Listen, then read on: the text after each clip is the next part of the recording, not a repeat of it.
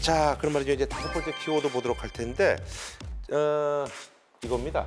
예, 서울 인구가 뭐 이제 1,000만 깨진 지가 오래됐고 이제 점점 이제 준다는 얘기가 있는데, 근데 대신 이제 수도권은 계속 늘어나고 있고, 그래서 이번 키워드는 바로 이제 탈서울화 현상입니다. 자, 어쨌든 이제 뭐 탈서울화가 이제 진행되는 게 서울의 이제 아파트 값을 내가 이제 도저히 감당을 못하겠다. 그러니까 나는 어쨌든 뭐 조금 교통이 조금 불편하더라도 어쨌든 뭐 여러 가지 이제 교통망들이 확충되는 거가 있으니까 서울을 떠나겠다. 뭐 이런 거 아니겠습니까? 그래서 2015년 이후로 저희가 이제 뭐 좀 자료를 보니까요. 그래서 계속 이제 40만씩 넘어가고 있고 작년에 41만 5천 명 정도가 이제 서울을 떠나서 거기에 이제 4만 정도가 이제 인천광역시로 넘어가고 나머지 이제 37만 5천 정도가 이제 경기도 쪽으로 넘어갔는데, 근데 이런 현상들이 어떻게 계속 지속이 될지 아니면 이게 뭐 일시적인 걸지 한번 좀 여쭤봐야 될 것 같아요. 예, 교수님부터 좀 말씀해 주시죠. 이 현상은 뭐 하반기에는 계속될 것 같습니다. 왜 그런가 하면은 뭐 서울에 살 집이 있어야 되는데 살 집이 아직 그러니까 집 자체가 없다. 안 만들어지고 있고, 그리고 이제 서울의 주택 수는 좀 많이 있긴 있죠. 그런데 그게 뭐 지하방, 옥탑방 이런 거 다 빼고 나면은 신혼부부라든가 좀 뭐 중산층, 중상층이 살 만한 집들은 터무니없이 비싸거든요. 그럼 이 사람들이 택할 수 있는 거는 뭐 투룸 가는 게 아니고 그렇죠. 경기도권으로 가는 것들이 있죠. 근데 이 현상이 이제 계속 갈 것이냐. 저는 이제 아주 장기적으로 보면은 이렇게 쭉 갔다가 다시 안으로 좀 들어오거든요. 들어오는 게 이제 아주 장기적으로 봤을 때. 아주 장기로 한 지금부터 한 30에서 50년 봤을 때는 지금의 확장세가 3기 신도시까지 2기 신도시까지 갔다가 좀 이렇게 들어올 거예요. 도시 정비 이런 것들이 되면은 아마 도심 주거로 해서 인구가 또 늘어날 소지도 있습니다. 그때는 또 문제가 이런 게 생길 거예요. 외곽 도시들은 또 강남 출근이나 강북 출근이 어려운 외곽 도시들은 아주 이제 또 쇠락을 겪게 되고 일본처럼 그렇게 되는 거예요. 예, 그럴 가능성이 충분히 있다라고 봅니다. 근데 그건 뭐 시간이 좀 오래 걸리고 네네네. 지금 당장 걱정은 아닌 것 같습니다. 예, 우리 이 대표님. 뭐 탈서울화 현상은 뭐 지속이 되겠죠. 서울은 그 신혼부부 문제를 좀 짚어보면요. 이제 저희 결혼할 때는 서울의 빌라에서 시작을 하거나 집을 자가로 시작하는 친구들이 거의 없었거든요. 근데 요즘에 결혼하려고 하는 친구들 얘기를 들어보면 굉장히 똘똘하게 자가를 마련해서 이제 시작을 하고 싶어 하는 경우가 굉장히 많고요. 특히나 너무 몬테크라고 하는 낡은 집에 살고 싶어 하지 않아요. 맞아요. 그런 주택들을 좀 선호하지 않기 때문에 얘는 신축 빌라에서 이렇게 시작하는 경우도 많은데 주차도 불편하고 그렇잖아요. 그래서 새 신도시에 생기는 새 아파트에서 신혼생활을 하시는 분들이 많고요. 이분들이 특히나 공급이 많다 보니까 신도시에 이렇게 새로 공급되는 곳에 전세가 굉장히 쌌어요.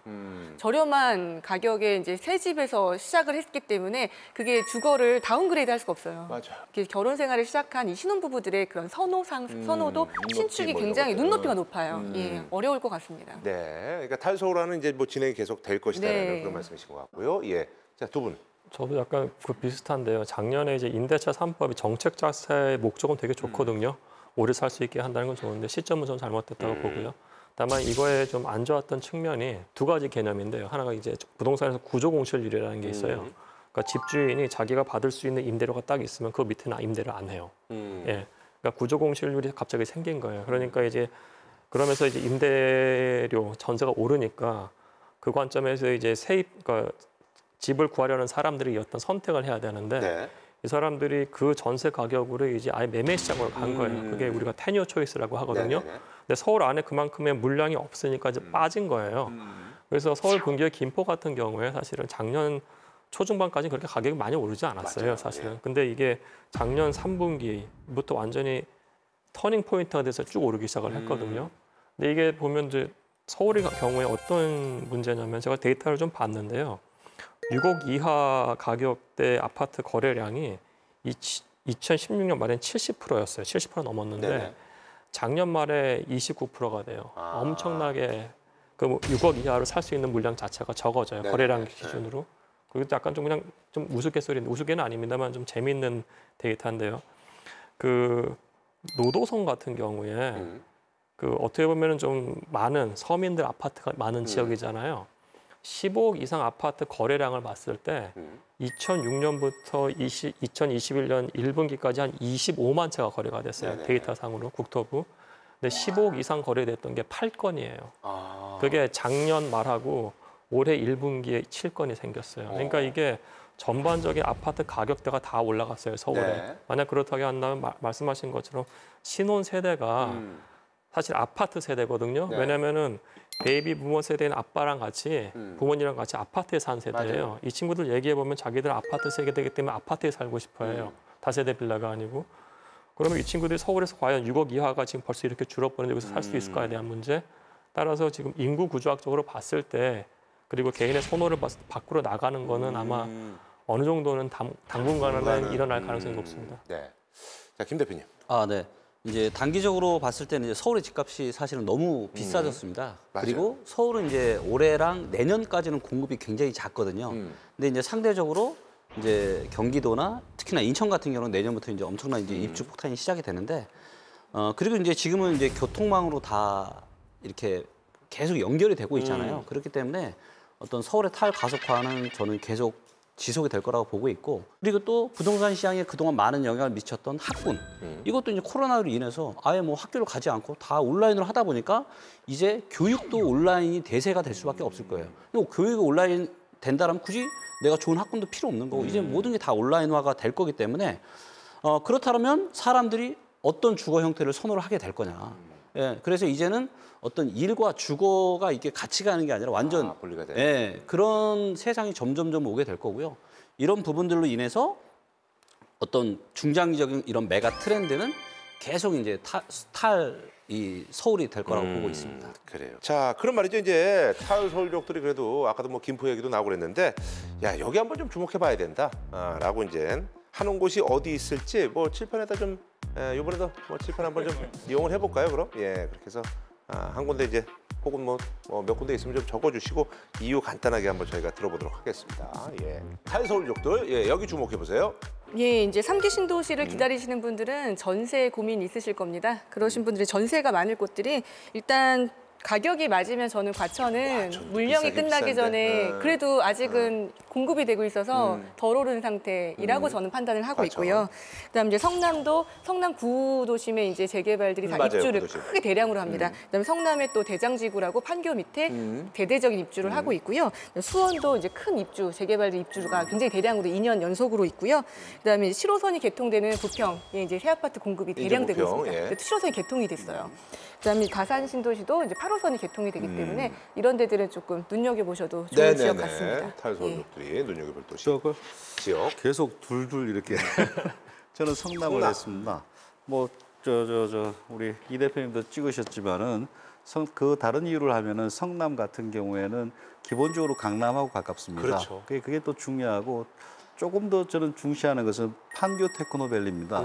제가 그때 그 직장 고용인으로 통해서 인구를 어느 정도 배우가 이제 먹여서 살 수 있겠는가 따져보니까 그 판교 테크노밸리만 해도 100에서 130만 명의 인구가 그 주변에 붙어 살아야 돼요. 오. 출퇴근이.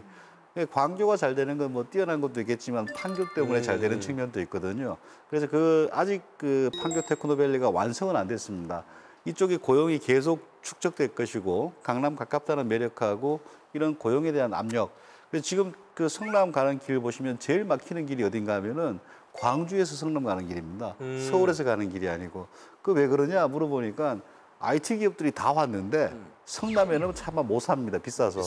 그러니까 바로 근처 광주에서 이렇게 출근을 하는 거예요. 그 일종의 뭐 역출근 같은 건데 이런 것들이 당분간 해소될 가능성은 없기 때문에 성남을 좋게 보고 있습니다. 네네. 예. 저는 제일 중요한 게 그 오피스 센터 접근이에요. 그래서 광화문, 여의도 그리고 삼성역에 접근할 수 있는 게 GTX 라인이 워낙에 빠르게 접근되기 때문에 GTX 라인 주변을 통해 가지고는 대다수의 역들이 굉장히 좀 플러스적이지 않을까 그렇게 봅니다. GTX 라인. 예. 자, 교수님. 그 이제 거주적인 관점에서만 이제 놓고 보자라면은 이제 뭐 성남이나 GTX 주변에 이런 쪽들이 저는 굉장히 좋을 거라고 보고는 있는데 일단은 어떤 본질적인 가치 대비해서 너무 이제 좀 올랐다. 비싸졌다 보니까 그렇죠. 예. 어떤 투자적인 관점에서 접근하기에는 사실 수도권에서는 거의 보이질 않아요.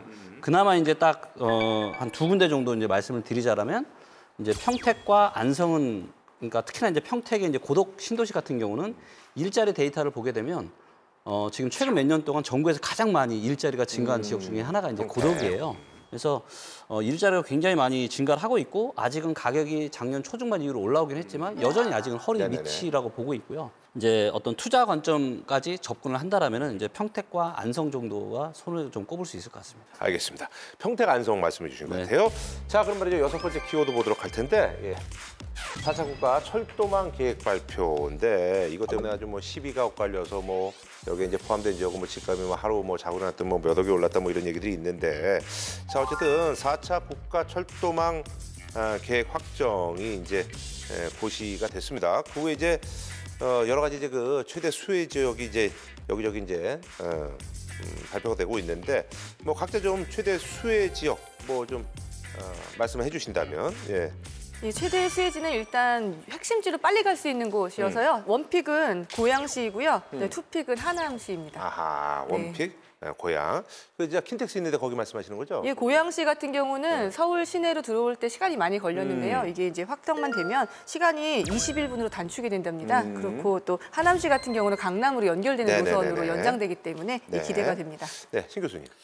저도 뭐 동의하는데 조심하셔야 될 것은 이제 GTX 요금이 얼마 될 것인가. 한 번 타는데 6,000원 뭐 이러면은 아마 뭐 좀 제한적이지 않을까 하는 생각이 있고. 아하. 사실 이제 그 피해를 입은 지역이 아까도 이제 말씀하신 것처럼 네. 그래서 뭐 이제 거기 사시는 분들 뭐 시위도 하고 뭐 그랬는데 김포 뭐 부산 뭐 예. 이런 데 아니 김포 부천, 부천 뭐 예. 이런 데인데 피해 지역 뭐 김포 부천 뭐 동의하시는 거고 또 뭐 부연 설명하실 거 있나요?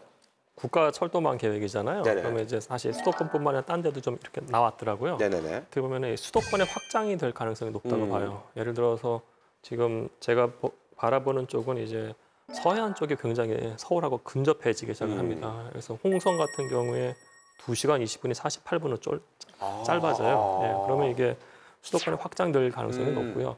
지방 같은 경우에는 그런데 다만 이런 철도망 계획이 확정되었다고 하더라도 수도권 대비 그쪽이 뭐 일자리 갑자기 증가하거나 그렇지는 않잖아요. 그러면 수도권의 인구가 주말에 관광으로 지역에 갈 수 있는 가능성 같은 것들, 그 거리가 짧아지는 데들이 좀 수혜를 보지 않을까 그렇게 봅니다. 아하, 예, 알겠습니다. 자, 그럼 말이죠. 다음 키워드 저희가 알아보도록 하겠습니다. 예.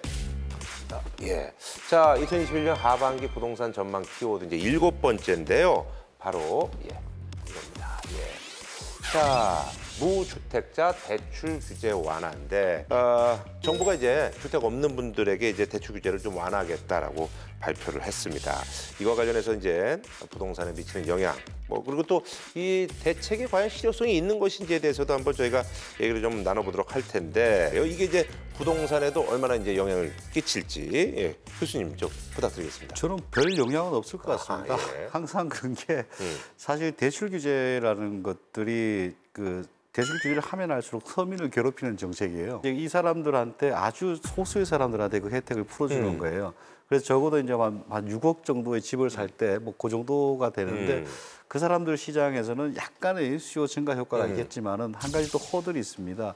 DSR 규정이 있습니다. DSR에 따르면은 너는 얼마 이상 못 받는데 LTV는 높여놨기 때문에 아하. 뭐 괜찮다라고 볼 수도 있겠지만은 실제 혜택 받는 사람은 아주 적을 것이다. 아하. 그렇게 볼 수가 있겠고요. 그리고 이제 이 사람들 자체가 사실 6억, 9억짜리 뭐 6억 뭐 이런 주택이 과연 어디 있느냐. 아까도 뭐 그런 말씀하셨는데 그런 서울에 뭐 문제들이 거의 없잖아요. 좀 예. 심각하지요. 그래서 이게 실제 시장에 큰 영향을 미치지 않을 것이다. 그런 봅니다. 사실은 지금 말씀하신 것처럼 좀 괜히 좋은 나라일수록 사회적 약자의 주택 보급률을 높이는 게 정책의 목적이에요. 그렇게 본다고 하면 LTV, DTI 당연히 완화시키는 게 맞고요. 우리가 시간을 한 5, 6년 전만 하더라도 9억 원 이하였고 LTV 80%였어요. 그러니까 저는 그런 쪽으로 가야 되는 게 맞다고 보는데요. 다만 이제 시점이 지금 저는 버블이라 보는 인간이거든요. 그래서 시점을 내년이나 후년으로 좀 미뤄서 한다고 했으면 좋겠어요. 그럼 사람들이 기다릴 거예요. 그리고 만약에 지금 할 거라면은 이거는 변동금리를 하지 말고 장기간에 내서 고정금리를 해야지. 고정금리로. 지금 들어가서 만약에 사회적 약자가 잡았는데 맞아요. 금리 인상 예정돼 있는데. 예, 떨어진다고 해서 이 사람들 큰일 날 수가 있습니다. 사실은. 그래서 네네. 고정금리 프로그램 나왔으면 좋겠어요. 예. 알겠습니다. 예. 김 대표님. 예, 제가 보기에도 별다른 효과는 없을 것 같고요. 이제 사실 이제 실거래가가 공개된 이후로 수도권의 이제 거래량 데이터를 보게 되면 크게 3번의 거래량이 터졌습니다. 네. 거래량이 터졌다는 얘기는 무슨 얘기냐면 살 사람이 이미 다 산 겁니다. 근데 이제 이 거래량의 성격들이 조금 다른데 2006년 말에 터진 거래량과 작년에 터진 거래량은 수도권에서 터진 거래량 성격이 매우 비슷해요. 뭐냐면 정부가 규제를 함에도 불구하고 계속 올라가니까 뭐 버티고 안 사던 분들이 이제는 마지막 영끌까지 끌어다가 사서 네네. 터진 거래량이 2006년 말의 거래량이고 작년 중순에 터진 네네. 거래량이에요. 그래서 이미 살 사람들은 다 사고 난 상황에 이런 정책들을 해봐야 제가 보기에는 정말 살 수 있는 사람도 없고 살 수 있는 물건도 거의 없고 시기적으로 이제 그러다 보니까 맞지 않는다는 예, 말씀하시네. 예. 예. 아무래도 이제 그 돈이 없는 젊은 분들이 시드머니가 늘어난 셈이기 때문에 그래도 좀 열심히 찾아보시면 이제 그 지금 현재 5억 원대였던 아파트 값이 호가가 7억 원 가까이로 올랐답니다. 이 정책 최근에. 때문에. 예, 도봉구 뭐 구로구 이런 데에서 노원구에서 일어난 현상이라고 하고요. 이미 지금 6억 원에서 7억 원대 물건들은 거의 지금 아파트 물량이 소진이 되는 이런 가속도가 내어 있다고 이번 주에 이제 보도 자료가 있었는데요. 네네네. 이 젊은 분들이 얼마나 매수에 가담하느냐에 따라 달려 있겠지만 조금 요 가격대의 주택은 좀 가격에 자극을 줄 것 같습니다. 네, 예. 알겠습니다. 자, 그럼 말이죠. 다음 키워드 한번 보도록 하겠습니다. 예. 자, 저게 이제 뭐 저도 이제 끝을 향해서 이제 달려가는데 이게 키워드도 이제 과연 이런 상황에서 그래도 우리가 이제 조금이라도 이제 발품도 팔고 좀 공부를 해서 내 집 마련 전략을 좀 세워야 될 것 같은데요. 예. 자, 일단은 그 어쨌든 이제 내 집 마련 전략 뭐 이제 꼼꼼히 이제 세워드리기 위해서 저희가 이제 좀 오늘 또 이렇게 많은 또 전문가들 모시고 이제 얘기를 하고 있는데 연령대별 전략을 좀 세워야 될 것 같아요. 뭐 어떤 게 있을까요? 예, 우리 김기호 대표님. 네. 사실 이제 지금 이제 집을 사기에는 사실은 굉장히 부담스러운 측면이 없지 않아 있습니다. 네. 근데 그럼에도 불구하고 아직 여전히 살만한 곳들은 좀 있어요. 그럼요. 예, 그래서 찾아보면 있죠. 제가 이제 최근에 이제 좀 지인분들한테 제가 추천드리는 건 뭐냐면 거주와 투자 관점에서의 어떤 이거를 분리를 좀 분리를 해라. 해라. 근데 대부분은 내가 거주한 아파트를 그냥 사잖아요. 근데 매매를 하게 되는 순간 거기에는 투자에 대한 부분들이 들어가거든요. 그러니까 내가 실제로 거주를 할 아파트와 그다음 투자 목적으로 사는 아파트를 좀 구분을 하셨으면 구분을 좋겠고. 확실히 해라. 그래서 제가 아까 말씀드렸던 몇몇 곳의 지방에 저평가된 아파트들이 아직도 여전히 있거든요. 투자라면 이제 그쪽으로 가고. 그렇죠. 그래서 경기도 일부와 지방에 그쪽으로 투자 목적으로 접근을 하시고 실제 거주는 본인의 어떤 생활권이나 이런 거에 좀 가까운 쪽으로 그렇게 좀 하시면 좋을 것 같습니다. 네네. 예. 예, 저는 올해 포기를 많이 하라고 얘기를 하는데요. 이제 30대 분들 같은 경우는 사고 싶은 집을 포기해야 돼요.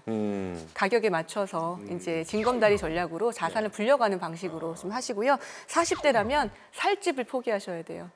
대출이 안 나와요. 15억 초과하는. 서울에 웬만하게 살고 싶은 주택은 전부 15억이 넘어가는데 대출을 안 해줍니다. 그러면 살 수가 없고 이사도 못 가잖아요. 그러니까 이제 좀 살 집은 따로 분리를 해서 그래도 이제 새끼고 사둔다든가 아니면 개발 상품, 재개발, 재건축을 사둔다든가 이럴 수 있으니까 40대는 마지막 보류거든요. 그래서 살 집을 좀 포기하시면 방법이 있겠다. 예, 전략 드립니다. 네네. 자, 그럼 말이죠. 이제 마지막으로 예, 키워드 저희가 보도록 할게요. 예, 바로 예, 그렇습니다. 이제 수익형 부동산 투자인데 현재까지는 뭐 어쨌든 이제 뭐 작은 빌딩 그래서 이제 수익형 부동산의 어떤 인기가 이제 높아졌는데 이게 과연 트렌드가 아까 뭐 이제 몇몇 분들이 이제 위험하다라고 말씀해 주셨는데 계속 갈지 뭐 이거에 대해서 저희가 한번 좀 마지막으로 좀 점검을 좀 해봐야 될 것 같아요. 수익형 부동산은 지금 현재 수익률이 나오지 않더라도 공격적으로 투자하고 있는 상품 중에 하나예요. 주거 상품의 풍선 효과이기도 했었고 많이 오르기도 해서 수익도 되게 좋았거든요. 근데 이게 저금리 때문에 월세가 맞춰지지 않아도 그러니까 뭐 이제 지가가 올라가니까. 예, 유행들이 있었는데 요즘 금리 인상 이야기 계속 나오고 있잖아요. 그러니까 금리가 올라가면 좀 취약해질 수 있기 때문에 무리한 그러니까 원래 건물주분들 대출 없이 갖고 계신데 무슨 문제가 있겠어요. 그래요. 근데 예. 70%, 80% 레버리지를 사용해서 이제 무리하게 지금 이것을 그 투자하신 분들은 금리 인상에 대비는 좀 스스로 하셔야 될 것 같습니다. 예, 신 교수님. 그 수익형 부동산의 수익률 자체가 한 1%대일 겁니다. 과거 한 3, 4년, 4, 5년 전만 해도 그게 한 3%. 맞아요. 그 정도까지 갔었는데 지금 3배, 제 주변에 들은 얘기 중에 제일 오른 건 5배까지 올랐습니다. 그러니까 지금은 좀 너무 높은 게 아니냐. 그리고 이제 경기가 좀 이상적인 상황 같아요. 경기에서 충격이 오면 가장 먼저 충격을 받는 게 상가가 맨 처음 이제 폭탄을 맞고 두 번째는 이제 오피스 같은 게 폭탄을 맞고 마지막이 주택 이런 순서로 가거든요. 그래서 이제 하락하게 되면 가장 먼저 하락의 기조를 보이는 게 그런 것들입니다. 그래서 조심해야 되고 또 하나는 이제 하락 폭의 문제입니다. 네. 주택 같은 경우에는 하락하더라도 뭐 살기 때문에 한 30% 정도 뭐 하락하고 이런 건 있지만은 IMF 때 보니까 수익형 부동산은 70% 하락하는 것도 봤거든요. 네. 그래서 뭐 그 정도 충격까지는 오겠냐 싶지만은 지금 경기가 하도 수상하고 그리고 유동성으로 인해서 워낙 가 있기 때문에 조금만 여건 변화에 따라서도 뭐 그 폭발적인 어떤 적자를 남길 수도 있는 사업이기 때문에 조금 조심할 필요가 있을 것 같습니다. 네. 예. 예, 저도 동의하고요. 문제는 뭐냐면은 이게 과연 한 다음에 그 테넌트 입차인을 구할 수 있느냐의 문제예요. 지금요. 사실 말씀하신 다 경기가 안 좋고 특히 1년 임차인 잘못, 그러니까 1층엔 다 상가잖아요. 리테일 상업인데 그거 잘못 나왔을 때는 사실은 수익률이 보장이 안 돼요. 왜냐하면 지금 상가 임대차 보호법이 굉장히 강해요. 10년 동안 거의 조금밖에 못 올리기 때문에 여기서 수익을 못 내면은 나머지가 굉장히 망가질 수 있습니다. 그래서 지금 말씀하신 것처럼 투자 수익률이 1%대이기 때문에 여기서 금리를 상승하는 순간 사실은 그 버블이 터지는 거는 여기서부터 터질 수가 있어요. 그래서 굉장히 조심하셔야 됩니다. 네네.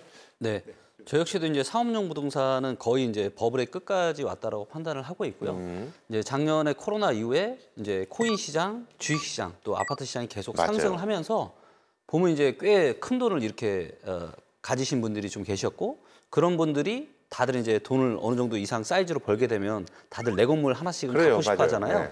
그렇기 때문에 굉장히 어떤 이런 상업용 부동산 시장에 대한 열기가 사실 굉장히 지속이 되면서 그러면서 수익률이 1% 후반에서 2% 초반 정도더라고요. 이게 강남권을 중심으로 했을 때.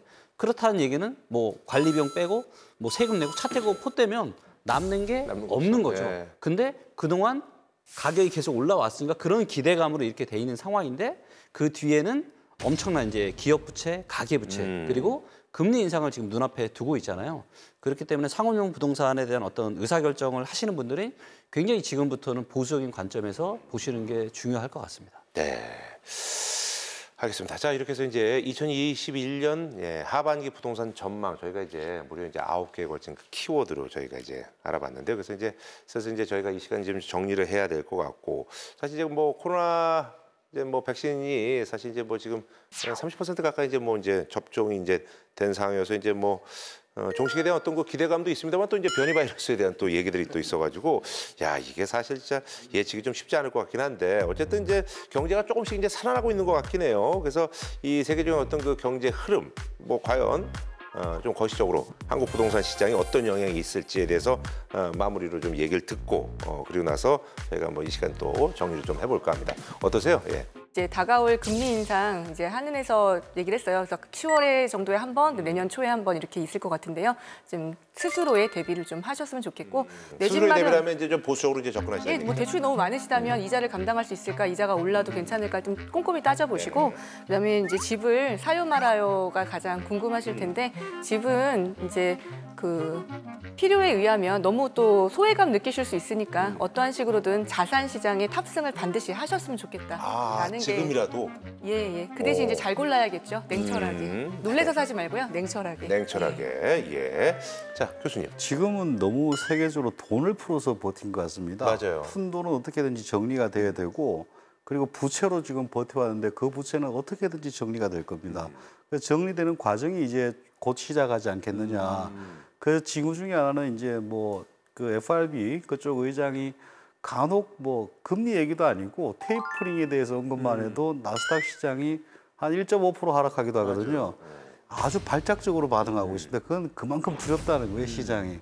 그 말은 이제 앞으로 다가올 일들은 자영업자들이 조금 좋아지고 그런 것들은 있을 수 있겠지만은 절대적으로 좀 지금은 조심할 게 맞는 것 같습니다. 그러면 집을 마지막으로 사요 말아요? 저는 지금 답이 하나 있는 것 같습니다. 한 3, 4년 지나서 사전청약부터 시작해서 3개 신도시가 막 나올 텐데 그때는 분명히 하락할 겁니다. 돈을 더 풀어도. 왜 그런가 하면 과거에 뭐 200만 원부터 시작해서 공급이 쏠렸을 때는 항상 가격은 조정을 보였거든요. 그 확실한 답은 있는데 문제는 더 올라갔다가 떨어져서 본전치기냐 아니면 조금 올라갔다가 확 떨어지는 거냐. 여기에 대한 선택의 문제인데 이게 추가적으로 올라갈 여력이 그만큼 있는가 거기에 대해서는 좀 부정적이고요. 그렇습니다. 그래서 지금 뭐 정부에서 아주 싸게 공급하겠다고 하고 있잖아요. 그걸 기다리는 게 오히려 답이 아닌가 보겠습니다. 그냥 뭐 사실 그 실수요자분들에게 이제 마무리로 이제 저희가 이제 어떤 얘기를 좀 해드릴까 하는 얘기도 저희가 이제 질문에 있었는데 거기에 대한 뭐 답까지 해주신 것 같네요. 그러니까 싼 곳. 그래서 마찬가지인 거죠, 그러니까. 너무 싼 거는 좋아하지 않고요. 싼 거는 저평가라고 하는 것은 저평가가 회복되기에 시간이 많이 걸려요. 그래서 좀 잘 선별하셔가지고 근데 자산 시장에 탑승하지 못해. 그러니까 이렇게 올라갔다 떨어질지 이렇게 올라갔다가 이렇게 될지 모르잖아요. 근데 이렇게 올라가는 사이에 기다리는 동안 자산 시장에 합류하지 못했다는 그 상실감을 본인이 스스로 버틸 수 있으시면 되는데 그럴 멘탈이 없으시다면 그래도 탑승을 같이 하시는 것이 좋죠. 네. 그래요. 예, 교수님. 저는 우선 두 가지 말씀드리고 싶은데요. 첫 번째는 이제 지금 인플레이션이 굉장히 심해요. 미국 같은 경우에 4월 달로 월별 인플레이션 0.9가 나왔거든요. 인플레이션이 워낙에 경기에 안 좋은 거기 때문에 금리는 올릴 수밖에 없어요. 부동산 투자 수익률 지금 한 뭐 200에서 300까지 올라간다고 하면은 이것도 마찬가지로 한 100 정도 올라가는 거거든요. 근데 그 정도 올라가면 부동산은 거의 반값 폭락해요, 사실은요. 투자 수익률이라는 게 조금 올리면 굉장히 민감하게 반응합니다. 그래서 금리 올리는 시점을 보시고 결정하셔야 될 것 같고요. 그다음에 이제 두 번째는 지금 말씀하신 것처럼 사실 공급 충격 오면은 우리나라가 계속 꺾였어요. 그거는 데이터가 말해주는 거기 때문에 좀 저평가된 지역들을 뭐 고른다 하면 본인이 한 10년 버틸쯤은 본인의 선택입니다만 좀 기다리시는 게 맞지 않을까 봅니다. 그러니까는 결국은 이제 집을 사요 말아요까지 저희가 이제 뭐 여쭤본다면 지금은 약간 좀 기다리시라는 말씀. 그 보통 교수들은 쫀쫀해서 보지 마라 그러고 어깨 계신 분들은 볼드하게 이렇게 그런 얘기가 많습니다. 교수님도 역시 마찬가지로 조금은 기다려라. 근데 이제 우리 이 대표님은 뭐 그래도 조금 사시는 게 낫지 않겠냐라는 말씀이시고요. 예, 뭐 같은 질문 뭐 진단과 뭐 같은 질문 또 드립니다. 코로나라고 하는 아주 특이한 이런 어떤 전 세계적으로 특이한 현상, 그다음에 정부의 이제 좀 잘못된 규제 정책들로 인해서 여전히 아직은 뜨겁지만 언제 깨질지 모르는 살얼음 판이에요. 그렇기 때문에 지금 만약에 자칫 잘못해서 사신다라면 물론 이제 시세 대비해 30% 40% 싸게 살 수 있는 이런 것들은 여전히 유효하지만 그런 부분들을 제외한다라면 지금은 이렇게 신규로 사시는 거는 굉장히 위험할 것 같고요. 제가 좀 꼭 집어서 말씀드리면 서울, 그다음에 서울과 가까운 경기도, 그다음에 내년에 입주 폭탄이 예정되어 있는 인천, 그다음에 또 내년 굉장히 고평가되어 있고 입주 물량이 계속 늘어나는 대구 이런 곳들은 지금 이제 절대로 사시면 안 되고요. 근데 반대로 이제 제가 누누이 말씀드리지만 충남, 충북, 경남, 경북, 그다음에 강원도, 전북 이 중에서 인구가 늘고 세대수가 늘고 일자리가 느는 지역들이 있어요. 이 지역들은 여전히 지금 매수를 하기에 유효합니다. 네네, 알겠습니다. 우리 김 대표님은 이제 어쨌든 서울 수도권 지역은 사지 말고 그런 지방을 좀 눈여겨보라는 그런 말씀이신 것 같아요. 예, 알겠습니다. 자, 이렇게 해서 오늘 네 분의 전문가와 함께 2021년 하반기 부동산 전망에 대해서 알아봤는데요. 역시 상반기하고 좀 분위기는 조금 이제 바뀌는 것 같긴 해요. 오늘 사실 이제 어떻게 보면 약간 좀 보수적인 얘기들이 많이 좀 나왔습니다. 그러니까 참고를 좀 하시길 바라겠고요. 여전히 이런 상황에도 불구하고 발품을 팔고 좀 공부를 하시면 좋은 또 매물을 또 가져갈 수 있다는 것을 저희가 또 확인하는 자리였던 것 같습니다. 자, 부동산 와수다 저희 또 다음 시간에 알찬 정보를 가지고 찾아오도록 하겠습니다. 고맙습니다. 감사합니다.